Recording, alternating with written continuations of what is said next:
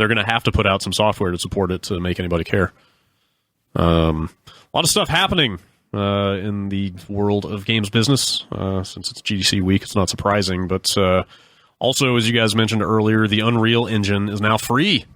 Yeah. Free to use. They had already made it pretty cheap at some point. Yeah, it was like $50 a month or something. Yeah, I think that was that last GDC like they announced that. That was a big deal. There's definitely an arms race going on there. Yeah, absolutely. Is there an ambassador program for everybody? Actually, there is. They're prorating people that subscribed this year. I think. Oh no shit! Yeah. You get like credit on their store. Or wow. something. Okay. So it's entirely a royalties based model now. Yeah, over $3,000, 5%. I think like that's that. right. Scan. Yeah. Yep, that's exactly right. I don't know the Unity terms at this point. Does that kind of match their stuff? I don't know. I know I heard some people saying like, "Oh, well, Unity's going to have to respond to this or something." So there must be some reason to do. I know maybe Unity takes it from $1, or maybe the percentage is bigger than 5% or something. And Unity's got a big push going on with Unity 5 right now, right? Yeah. Yep, they do. It's kind of heating up in that market. Like higher than 4. Well, obviously, it's like a whole number higher. Yeah. I would hope Why would so. I use Unreal Engine 4? Except that now they're on Unreal Engine 4.7. I know, right? Or something, which is like a really crazy... That was fast. Yeah, I know. So I came to a realization a few months ago because you kept waiting for those big UE4 games to ship the way that UE3 games shipped. You know, like where's the Gears of War? And then all of a sudden I went to the Unreal Engine Wikipedia page and I realized those games aren't coming. Yeah. Because big publishers are not using Unreal Engine anymore. Like everybody, like there's this huge trend this generation to go back toward in-house tech, you know? It's like EA's like spent all their money on fucking Frostbite. Yeah, EA's on Frostbite. Like Ubisoft has a couple of in-house engines that they use. Like even like Bethesda, you know, they bought id and they have id Tech. Like everybody is kind of like Warner still works in Unreal. Yeah, but like MKX is an Unreal Engine 3, right? Just heavily modified with their stuff. So the only major publishers, this was a few months ago, but the only major publishers on the list announced for games were like Microsoft's doing Fable Legends on Unreal.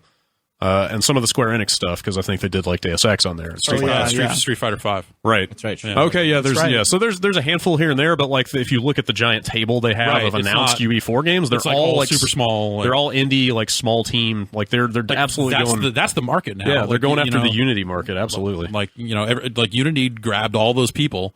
All the small games and the big guys aren't looking for an engine anymore. So like Unreal in some sense, like they have to do this to be relevant. Yeah. So why would the big boys be going that way? As you figure, it's just getting more and more crazy expensive. I have to imagine that with like the horror stories I've heard out of EA getting Frostbite running right, shippable right, I guess. Right. That they probably have spent more on fucking Frostbite than they would have in Unreal, like licensing. Yeah, but if you're a business guy, look at it, like as a giant upfront investment, but that will fall off dramatically over the course of this generation, but right? I just wonder if like that bet was well placed. It may not have been. Games launching on Frostbite still seem fucked up, right? It may be a gamble that they lose, but at least if they go for it and it works, then like your tech matures in 2 or 3 years, and then you're not paying epic money for the entirety of this generation. It's just weird that they didn't, like when they picked up Criterion and had Renderware come in house to EA, like they stopped licensing it out, but like didn't necessarily keep that going as directly as you might have thought they would. Yeah.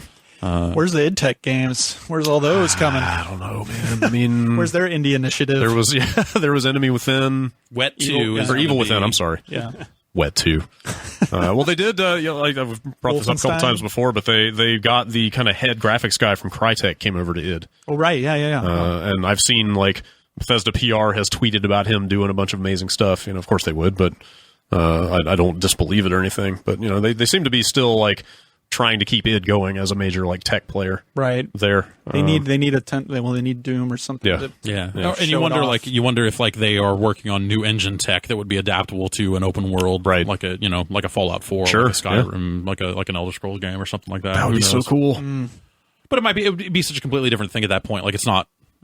It's not id Tech 6 in the way that you think about id Tech 5. It's, but anything getting them off of what they've been on as far as like, the way those games aren't the best looking games ever. Yeah.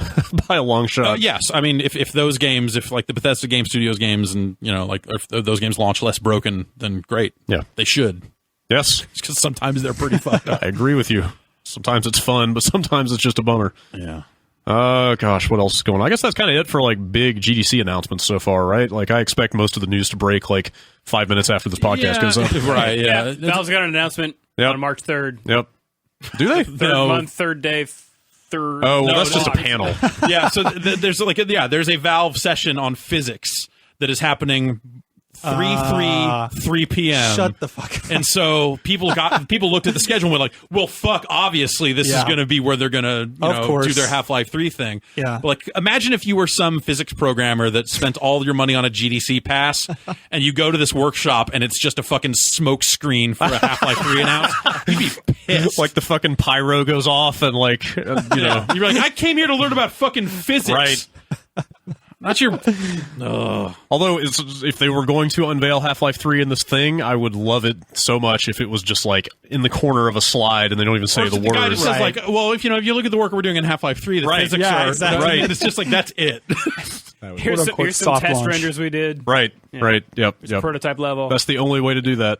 Are they showing their final controller? They are this year. Yeah, they did say they had finished the design. Have you guys heard anything? No. All I heard, the last thing that was going around was that they'd gotten away from that weird like dual touchpad. Oh, really? Design. Oh, they did. Okay. Yeah. But they'd gotten rid of one of them and replaced it with like the is that what it was? right stick, like the look stick would still be that pad. But I could be wrong. But That would make sense. That would be kind of like a trackball type thing. Yeah. I feel like they'd tried everything. What did you guys think of the old one? I guess now it's the old one, but the one that they were showing with the dual. It's like an interesting idea that just didn't. It seemed like a solution for a problem that didn't actually exist. Right. You know, it's like I guess like there's the edge cases of like, well, I want to play Civ on a TV. Yeah. Right. Like, but you know, We've actually too bad. I've got one of those in my drawer downstairs, and we've never messed with it. Really? Mary Kish from GameSpot let us borrow it, which I'm mostly saying out loud so that I don't forget that we need to give it back at some point. But I think it was last GDC they had some where I tried it, and they had Strider or something, and I was trying to play it and could not. I mean, it was just a 2D, just trying to jump and attack and things, and I just couldn't get it.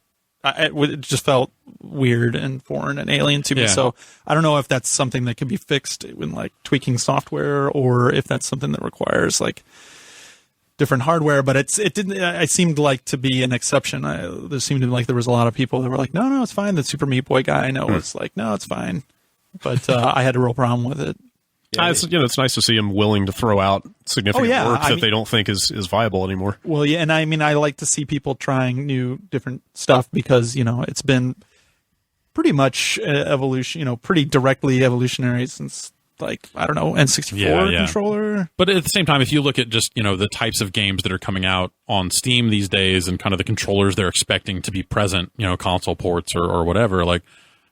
It's 2 analog sticks. It's D-pad. Yeah. It's the buttons for triggers, analog triggers. Like it's an Xbox 360 controller. Right. Right. So it's like Valve in some cases would be better served by making a really good controller that maps directly to that, and then also having their mouse replacement thing for people that want to do something crazy. Right. You know, like there's not going to be any kind of one size fits all when it comes to That's definitely controllers true, for PC games.